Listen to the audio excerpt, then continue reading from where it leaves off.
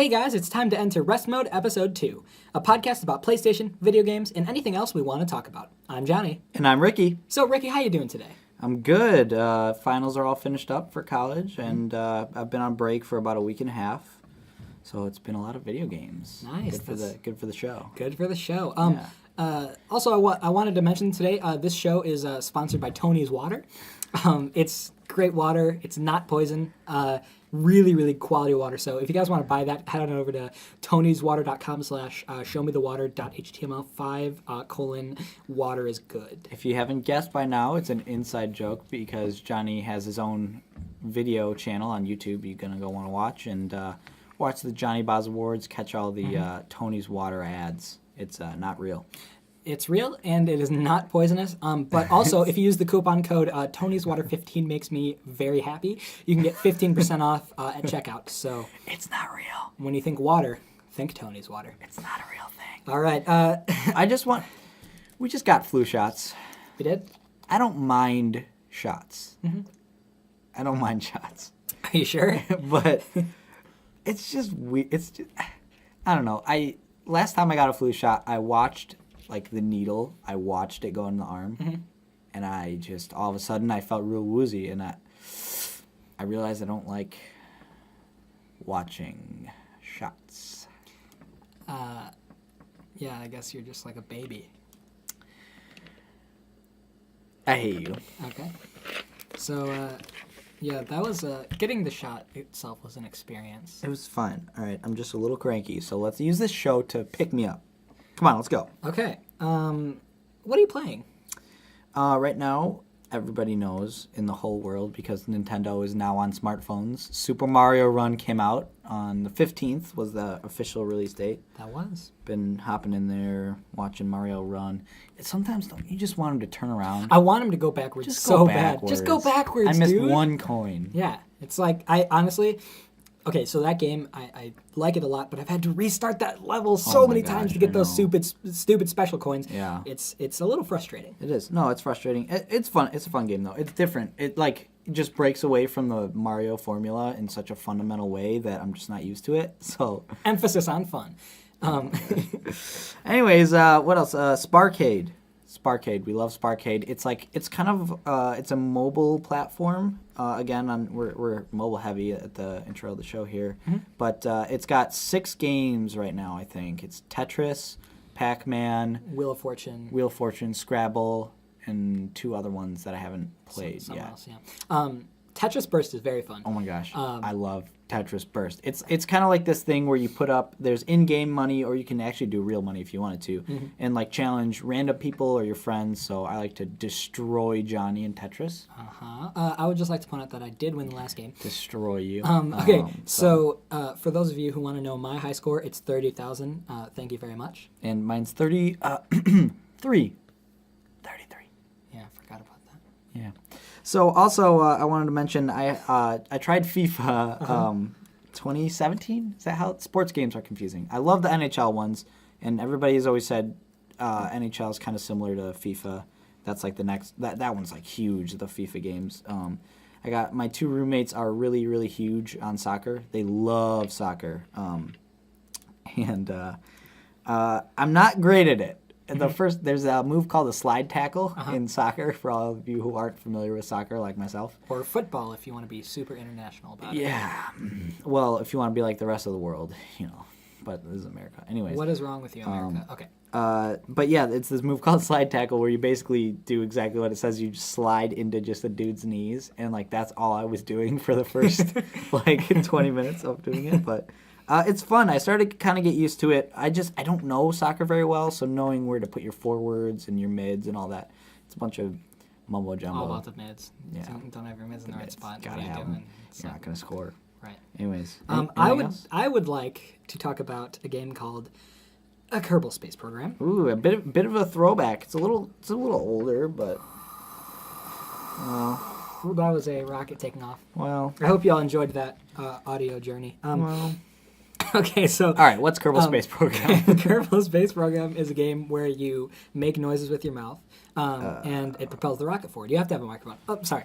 Kerbal Space. Okay. Again, not real. Kerbal. Okay, so Kerbal Space Program is a game where it's essentially like a rocket simulator. So it also does like space planes too. Basically, you build a rocket with different boosters and fuels, liquid fuel. Solid fuel. Oh, wow. And it's like different stages. You can add decouplers to have like little parts fly off when they run out of fuel. And basically, your goal is, I mean, you can really do whatever you want. The sandbox mode is my favorite. But you can basically, you can try to get the rocket to land on the Mun, which is the game's version of the moon. Is the moon proprietary or something? Will they get sued if they put moon in? I think NASA has a copyright on moon. Are you serious? So we should probably bleep that. No, I'm kidding. I'm kidding. I was like, what? Oh my gosh. Yeah, we got to bleep it out now. No, but Dang, yeah. it sounds like super in depth. Is it like really realistic physics? Yeah, I am not great at it. Okay, so I don't know what like a good person at it, like how long it takes them to get to the Mun, but it took me 42 hours. 42? You played this game for wow. Yeah, I put 42 hours into Wow. it. I actually had like my friend. It's really good to have a friend give you some pointers on exactly how to play when you're first starting out. But it's really fun to experiment. Do different. Do you have any rocket scientist friends? No, Because that sounds like they would be like really helpful. they would. Yeah. My friend Steven. My friend Steven's pretty good at the game. Okay, So that works. I guess he counts. Yeah. Yeah. All right, so now we're going to move on to, normally this is the Game of the Week segment, but the Game of the Week for this episode is actually going to be about all of 2016. We decided to take a different approach to Game of the Year.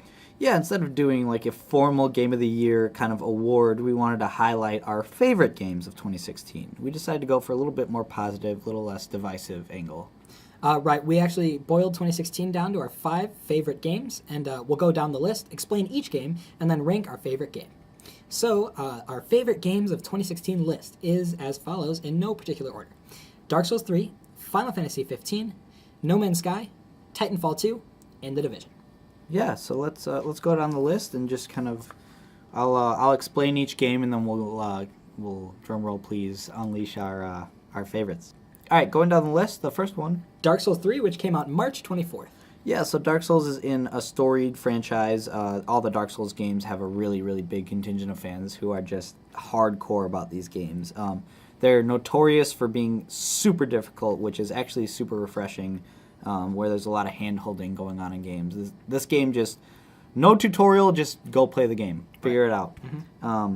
It's very lore-heavy, so, there's a lot of story that we could go into, but it's all very confusing, and you have to read all of the item names, and they have these descriptions that tell you about Lothric and all this crazy stuff. So the gameplay it's very slow. It's a little bit faster than some of the games in the series.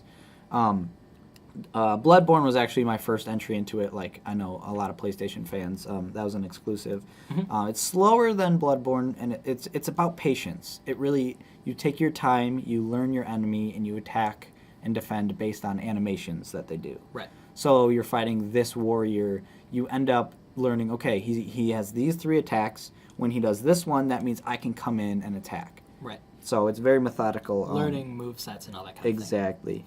I liked it personally because I'll end it before, but I like the hard aspect of it. It's not a game that is just a shooter or mindless. Like it's so tactical. It's so patient, and it's just so different from a lot of games out there nowadays. Yeah, it's so I'm not great at video games, and I think obviously some are harder than others, but I think going into it, I was really interested. It looked very cool, and I was like, okay, I don't know if I'm gonna like this because I probably won't be very good. You're at it. intimidated. I was intimidated very much, but once I bought it, once I really got into it, I put about I think a total of 30 hours into the game, and I loved it. Like the hard aspect was what I liked about it. I liked the challenge and actually having to learn movesets instead of just being able to button mash to get by. I really enjoyed it. Definitely. Yeah, and I am ashamed to say that I put over 80 hours into that game. Gosh.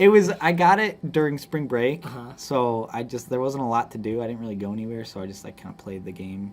And it wasn't in 1 week period that I put 80 hours. It was a couple months. Right. You had I jumped stopped back for a into it, while. right? Yeah. So But I'm a sucker for all the deep lore and stuff. Like, there's a great guy on YouTube, Vati Vidya, if I'm pronouncing that correctly. We'll put a link in the description. But he goes through all the Souls games, Bloodborne, and even more stuff. He just dives deep into that lore, and he really explains the story. And it's really complex, but it's actually super narratively interesting. So the next game is Final Fantasy 15, which came out November 29th. So everybody knows about this game by now, the tortured 10-year development cycle, first talked about as Final Fantasy Versus 13. It was supposed to be actually release day and date with Final Fantasy 13. It was supposed to be just this kind of weird standalone DLC thing. Yeah, it's so weird. Yeah, it's super weird. Finally came out, though, to a lot of people's to surprise. It got great reviews. It's been really well received. It has the gameplay's interesting. We talked a little bit about it last week. It was our game of the week. Right. It kind of broke the tradition of Final Fantasy games where you have active combat instead of turn-based, something more like Pokemon or Final Fantasy Tactics or just some of the other Final Fantasy games. It's really active combat where you're doing these quick time events sometimes and making sure you can do your spells and getting your buddy attacks ready. The story is, like most Final Fantasy games, super melodramatic. Very, very Japanese role-playing game, traditional story. But, man, I beat it, and that ending, it just, hits you. Oh, it was so emotional. I really, really loved it.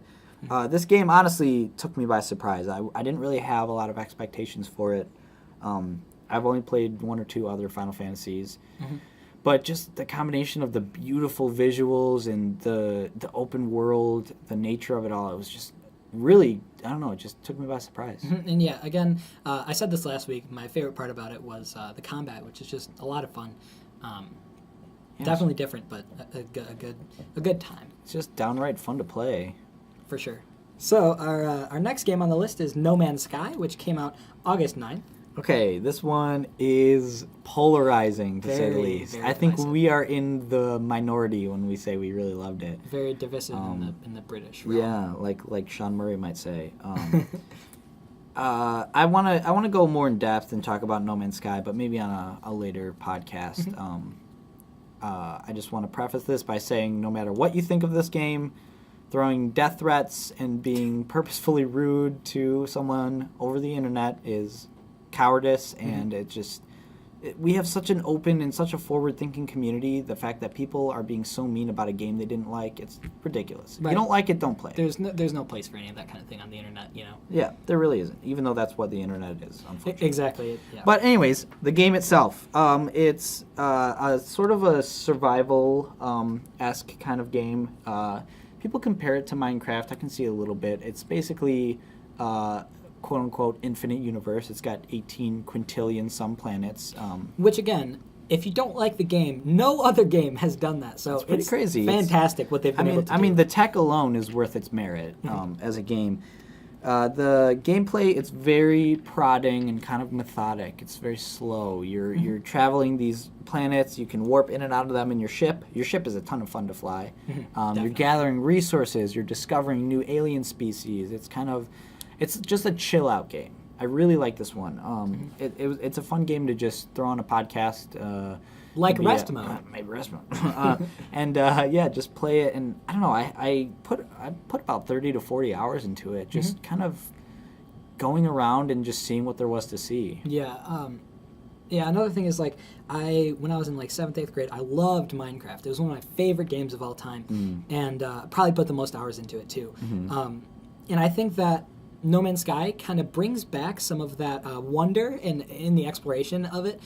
So it's definitely got a little bit of a Minecraft vibe going for it, which I think is part of the reason I really enjoyed it. Definitely, yeah. I don't know. It was, again, like the Dark Souls and kind of Final Fantasy, it caught me off guard and was different, Not a lot of games are comparable to the experience. Yeah, they have some of the same spirit, like Minecraft and that thing, but the experience of No Man's Sky is so interesting. And with the 65 Days of Static soundtrack, oh my gosh, those looping music, it's very unique in that regard too. Go listen to 65 Days of Static; they are awesome. We'll link that in the description as well. So the next game we want to talk about is Titanfall 2, which came out October 28th. Yeah, this is the sequel to obviously Titanfall 1, which was an Xbox exclusive, so we're glad to have it over here on PlayStation.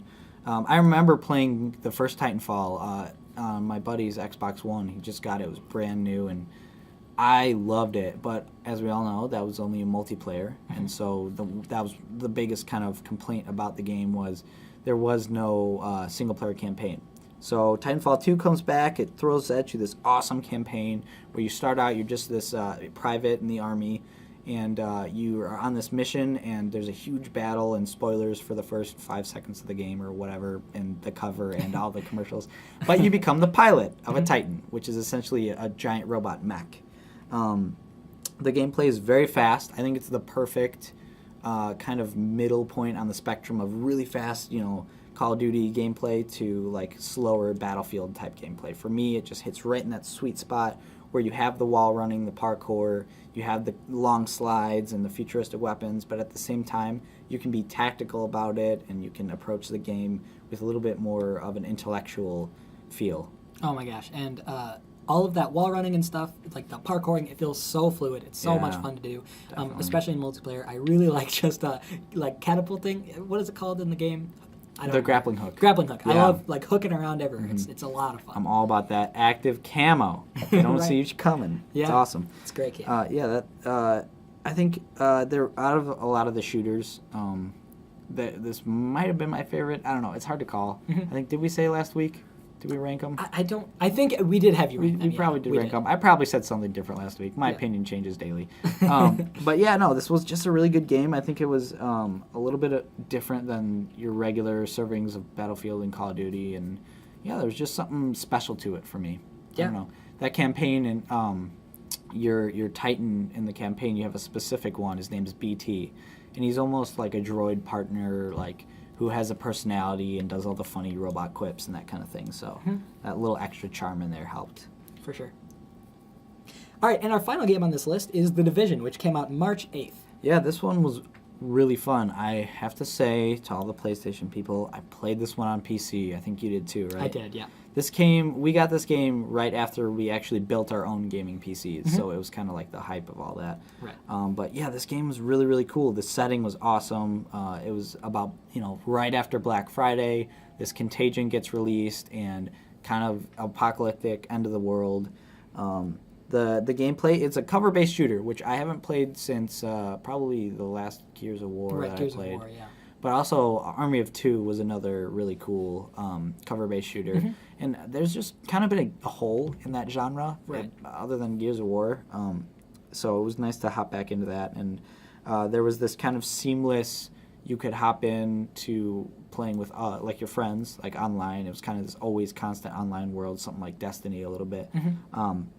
But it was really fun to hop into. They had this special zone called the Dark Zone, where you go in and it kind of pits you against strangers, and are they going to kill me or help me out, or what's going to happen? I'm extracting loot. So it kind of had that special thing of like loot-driven games like Diablo or something, but a cover-based shooter like Gears or Army of Two, and kind of put those together. And that combination made a really sweet gaming experience. Yeah, I really enjoyed it. It was a lot of fun. I wouldn't say it's like my favorite game, but when I did play it, I really did enjoy it. The like shooting and throwing grenades and stuff. Spoilers for our list. It's not Johnny's favorite. I guess so, yeah. But yeah, it's a really good game that you should definitely check out if you haven't. Yeah, definitely. It helps a lot if you have buddies to play with. They just came out with the survival mode, which I've heard is really, really excellent. So people really like that. I haven't given it a try yet, but I really want to. Now it's time to transition to the divisive portion of this segment. We're going to go through the list, going 5 to 1, and kind of rank what our favorite is. Now, preface, this isn't the best game of 2016. We know people like Overwatch. We know everybody has their own taste. This is just kind of our favorites. So number 5, what's your number 5? My number 5 is, it's going to have to be The Division. I enjoyed the combat and the sort of live feeling to it. You could tell that there's other players playing around. I just think I didn't have the group to play it with, which just sort of threw me off from it being my favorite. Definitely. I think my number 5 is going to have to be Titanfall 2. Again, I really love this game. Calling this number 5 sounds funny. Like, it's not that I didn't like it. These are all some of my favorites. But I just think the other games are a little better. For sure, yeah. Okay. So, and then number 4. Yeah. My number 4 was, I'm going to have to go with, Titanfall 2 for my number 4. Again, it's, like you said, it's, it's not the best game. Not my favorite game. We're not On doing this best. list, Right. right, yeah. It's not my favorite game on this list, but I still definitely really enjoyed it. For sure. Number 4, I'm going to go with The Division. I had a really, really fun time with it when I was playing it, but that's the thing. I dropped off pretty fast. After about less than a month, everybody just kind of stopped playing it, and I never had a desire to hop back in on my own once I finished the story, so... Exactly, yeah. It's got to have that sort of retention on you. Exactly. Yeah. So number 3, I'm going to say is No Man's Sky. Okay. So this game was really fun. I love the sort of atmosphere to it, but I just don't think I don't know what it was. Maybe there just wasn't enough there. That's the argument most people are going with. Yeah, and I might just be echoing what I've heard from everyone, but it just didn't have enough to keep me playing. Sure, that's fair. Yeah. So this top 3 is really where it gets hard. I want to emphasize and be clear to everyone listening. The top 3 for me are split by like a hair. Like one is better than the other by nothing. So, but I think I'm gonna have to do No Man's Sky as well. I really loved it, but it's kind of like a song you have to be in the mood to listen to. Exactly. If that makes sense. Yeah, for sure. All right, so number 2 for me is Final Fantasy 15. Okay. So again, this wasn't my favorite to play this year, but I could just... One of the things is that you can just recognize how good of a game it is and how like in-depth and it's just a world that just begs to be explored. Oh, for sure. I agree with that. My number 2, again, a slimmest of margins, is Dark Souls 3. This is the second game I've played in the series. I love this game so much. It's so mechanically rich. I love the cool items. Like the enemy design is also great, and the gameplay is just so different from anything else out there. It's almost an unparalleled experience. Drum roll, please. Number 1. Dark Souls 3, if you hadn't been keeping track of out of the 5. Okay. This game is, like Ricky just said, fantastic. I didn't expect to like it as much as I did, but I loved it. It grabbed me for 30 hours. For sure. And go play it if you haven't. Yeah. All right, my turn. Drum roll. Come on for me. Final Fantasy 15. Yeah, I bought into all the hype. I watched the animes. I watched the animated movie. Like, I just really dove deep into that world, and right from the jump, as those characters are pushing their car, they just like resonated with me. I don't know, and just the ending was so unexpected story-wise for me that I just kind of like, I don't know, it's just totally hit a chord with me that I just... One of those things where you just think about the ending. Exactly. Oh my gosh, I still think about it. And not only that, I finished the game story mode, which took me just under 40 hours. I think I clocked in at 39. I am ready to jump right back in that world, explore more dungeons, find all the weapons. I want to, this might be a platinum for me. Okay, cool. Yeah, definitely. Awesome. So, there you go. There's our favorite games of 2016. Again, not the best games. Please don't get angry at us in the comments. We love you. We love you. All right. So again, it's that time of rest mode for my favorite segment of the show. I feel like we need music or something for this one. Yes, eventually. If you want to send us a song for Last Minute Game Report, please send it to me. Or if you just want to send us a song, that's fine too. I love songs. Send them to us.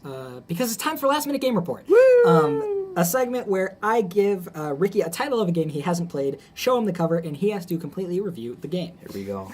So, let's do this.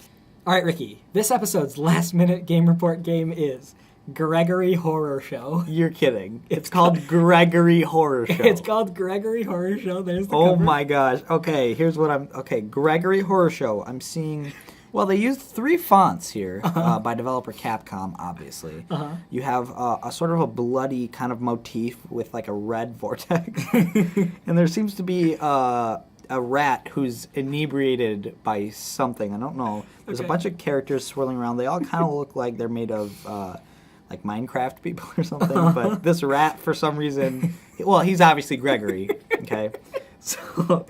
So here's Gregory. He's holding a candle and a set of keys. He is a butler, but he's been a butler for so long that he turned to heavy drugs, and he started dressing weird. He's wearing a pink lab's coat, And Gregory, all of a sudden, one day, he just snapped, and he really just went on a murderous rampage. So he's after Sombrero Man, he's after a cow in overalls, he's after, obviously, vampire. He's after what looks like a computer with a face. And, oh, yep, obviously, there's Clock Boy over So here. it's about an alcoholic rat. Yeah, well, he's a butler Okay. to all the characters. Right. And he's real mad. Something happened, but that's the hook of the game. You don't know, and it's like a first-person game where you're going Naturally. around, and it starts out like just a normal game. It almost feels like a just life sim, like you're just walking around doing everything everyone says. Your average rat butler. Exactly, it feels like your average rat butler game. And then all of a sudden, something snaps in Gregory, and it turns into this cool like murder mystery thing. Like, why is Gregory murdering Clock Boy? Like, why is Gregory going after the Sombrero Man or the computer with eyes? Right, exactly. And what I want to ask is, okay, so I've never played this game. Yeah. But what grabbed you about it? The thing that really grabbed me is, like, I just want to know why Gregory the drunk rat butler is trying to murder his family. Is it his family? We don't know. Right. Okay, so And obviously, this game got, like raving, really great reviews. I mean, this got 9.5s, it got 9.8s. IGN gave it a 10. So it says on the cover, it says 12 and up. Can you sort of explain? Obviously, without spoilers, that's not what we do here. Right. But can you explain sort of what is inappropriate for 11-year-olds? Well, I mean, the cover says it all. Blood. There's blood everywhere. Everything bleeds. The candles bleed. The inanimate objects bleed. It's really weird. Maybe that's what made Gregory go crazy. We don't know. And so that's why 11-year-olds can't play this game. Yeah, I mean, sit an 11-year-old in front of this game and they will snap just like Gregory did. All right, Ricky, so the most important part about this segment, what would you rate Gregory Horror Show? Well, Gregory Horror Show, it was one of those games where everybody, like, critically loved it, but it never grabbed me, I think. Okay. I'm going to That's give fair. it, out of 10, I'm going to give it a 6. Wow. All right. That's fair. I can't argue with that because I haven't played the game. So now it's time to sort of explain what the actual game is about. Let's hear it. Okay, Gregory Horror Show, known as Gregory Horror Show: Soul Collector in Japan. Oh, I forgot about that. Right. Yeah. It's a survival horror video game based on the computer-generated imagery anime series of the same name, CGI. The game was published by Capcom in Japan and Europe, but was not released in North America. So the game begins with the protagonist walking through a forest in a deep fog. They have no memory of how they ended up in the forest. They eventually see a bright light coming from a hotel, Gregory House. So the hotel... I really was not far off. I'm pretty good at this. The hotel is called Gregory House, which is the game's main setting. They enter the hotel and are greeted by Gregory, the mouse that runs the hotel. I'm super good at this. I think I should be a game developer. If this Yeah. whole podcast thing doesn't pan out, I'm going to become a developer. So I guess horror ensues. Okay, so they have to retrieve souls from each guest. well, don't spoil it. That's just the game again. Okay. I had to look up sheer horror on my face. All right. So there you have it, Gregory Horror Show. Not our favorite, but the best game ever created. Now it's time for Take 4. This is the segment of the show where we cram in all the TV, movies, and other stuff we want to talk about into the podcast. So this time around, we're going to be talking about our favorites of 2016 in media, I guess you could say. So we're going to do film, album, show, and podcast. So let's start off with our favorite film of 2016. What was yours, Ricky? It sounds cliche, but I have to go with Rogue One. Mm-hmm. This movie, I mean, I love Star Wars, and it's just... It's so different, but at the same time, it gives you that magic Star Wars feeling that everybody who is a fan gets whenever they see these movies. And it's just so awesome to see that these people keep nailing it. They keep getting Star Wars right. Like, Right. it felt like that would never happen. Hopeful future for the rest of the Star Wars franchise and what has fixed the mess of the prequels. As J.J. Abrams says in the first line of The Force Awakens, this will begin to make things right. Well said, Ricky. You Star Wars nerd. All right. So I think I know that my favorite film of 2016 has got to be Deadpool. Now, this film is amazing for numerous reasons. It's hilarious. It's like it's a tight film. It doesn't feel too long, too short. For sure. And again, it's something that the comic book movie genre has yet to have done before. It's completely original in that It was the highest grossing rated R movie ever. Right, and it's rated R, and it's just great. It's a great movie. Yeah. All right, now it's time for our favorite album of 2016. Ricky, what was your favorite album? There was actually a lot of good ones. It was a good year for music, just like it was for games. But I'm going to have to go with Coloring Book by Chance the Rapper. All right. He's a Chicago kid, so he's kind of got a soft spot in my heart. But it's kind of turned me on a little bit more to hip-hop. I think he has a lot of lyrical depth, and that's the kind of thing that I always look for in any type of music. I just like his message, and the album has such an unconventional, really good kind of feel to it. Speaking of hip hop, I think that my favorite album of 2016. Okay, it came out in 2015. Come at me. What are you gonna do? Come at me. Come at me, bro. Did I sound cool? Is the Hamilton soundtrack. Now, okay, really as you know, or anyone in my vicinity has known, I am obsessed with this album. He just like quotes it offhand, just randomly during the day. Like nothing could be going on, and he'll just be like President Jefferson or something. I don't know it as well as he does. I'll just randomly start quoting it, and it annoys everyone. It's amazing. It's really good. I'll give you that. Music and lyrics by Lin-Manuel Miranda. The genius has made a hip hop musical about the Revolution and Hamilton. Yeah. It's amazing. And it's also gotten me onto hip hop a little bit too. So nice. Yeah. Yeah, for sure. Now it's time to go into our favorite show of 2016, TV show. And, let's do this at the same time. You ready? Okay, yep. 1, 2, 3. Game of Thrones. Oh my gosh, Game of Thrones. Oh my gosh, Game of Thrones. Everybody, just go watch it. Just turn off this podcast. Stop listening right now. Actually, don't, please. We need you. We need the views. But definitely watch Game of Thrones, especially season 6. After kind of a dip in season 5, it really bleak and sort of boring a little bit. Yeah, a little boring. And then 2016 season 6 came out, and it was like, oh hey, you remember us? Yeah, we're that amazing television show on HBO. Oh, it's so season 6 is amazing. So, Ricky, you brought me on to Game of Thrones, and I will thank you. You're welcome. Yeah. Yeah, I'll thank you forever for it because I watched the entire series over the summer, and just blown away. It's just amazing. Yeah, for sure. All right, so again, go watch Game of Thrones if you haven't, if you're old enough. Okay, just trying to be a good podcast. Boy, yeah.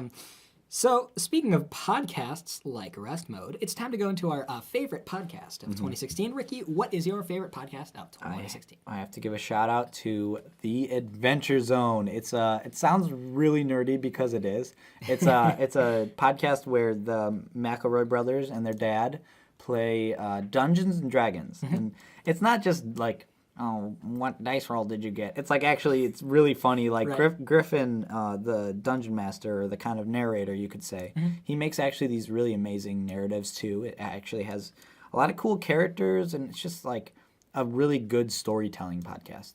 What's yours, Johnny? I'd have to say mine is Mabim Bam, or My Brother and Me. Oh my gosh, another McElroy shout out. So you're welcome, McElroys, for this great free advertisement of your content. Your rating is just going to skyrocket after this. There you go. We helped you out. But yeah, My Brother and Me is, as they say, an advice show for the modern era. It's hilarious. They take Yahoo. We didn't steal that. We didn't steal it. We're referencing it. They take advice. They give advice. Yeah. They could take some of it. No, I'm just kidding. No, yeah. So they take Yahoo Answers questions and questions from their viewers and give advice, and it is hilarious. So go listen to it. Definitely. All right, so now it's time to talk about games that we are excited for. Oh, I'm sorry. I have one more podcast. Sorry to derail you, but I wanted to also shout out Pockets Full of Soup. Okay.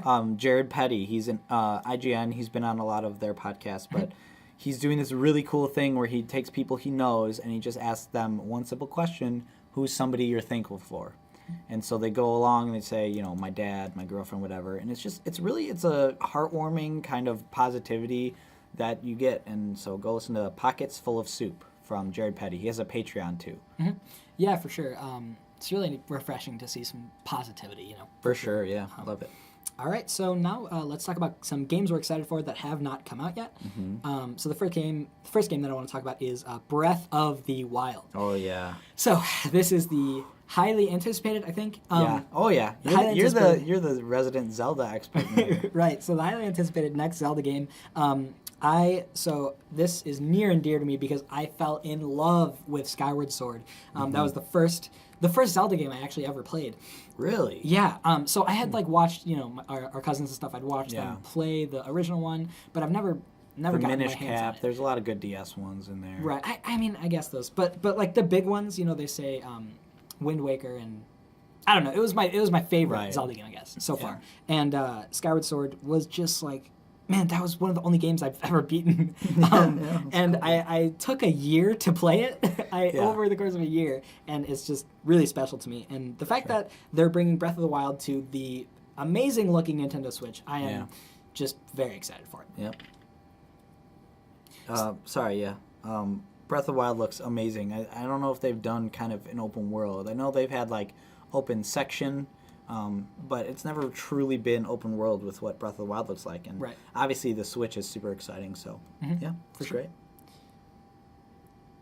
Okay, so the next game that we're excited for is Red Dead Redemption 2. Oh my gosh, this game, like, I remember Rockstar just changed their profile picture to this kind of like Red Dead themed logo they had, and they didn't say anything. It was just that picture they released, and the internet went insane. Right. It's a little bit farther off than a lot of people thought. Rockstar has this thing of doing, they can announce a game within, 5 months, 4 months, and just release it. And that would have been really great for Red Dead. But it said it's, I think it's early 2018 or late 2017, they said. Yeah, probably. Yeah. But yeah, it looks really, really cool. We're back with getting that Western seat. It's a different take. I've never really been huge on the Grand Theft Auto games, but with Red Dead and Red Dead Revolver, you kind of get that same feel, but in a different setting. Right. And again, just really good marketing for this game. Just like teasing those images and making everyone freak out, like, is this or is this not It was Red cool. Dead 2? Very For cool. sure. Very exciting. All right, so I think that about does it for us today. Thank you guys for listening so much. If you want to, feel free to share this podcast to any friends or anyone that might want to listen to it. Share it like our page on Facebook, facebook.com/restmodepodcast. We also have a Twitter now for the podcast. It's at restmodepodcast. We'll put all this in the description. So yeah, thank you so much for the feedback and everything you guys given us. Really appreciate it. So I'm Johnny, which is at Johnny Bosworth on Twitter, JohnnyBosworth. And I'm Ricky, which is Ricky Rackham, spelled like it is, on Twitter. All right. I think we should come up with like a phrase to say before we end. If you have any phrase suggestions, just go ahead and tweet those at tweet us. us at us. And for now, game on. Oh gosh, it's not that. Okay. All right. See you guys later. See ya.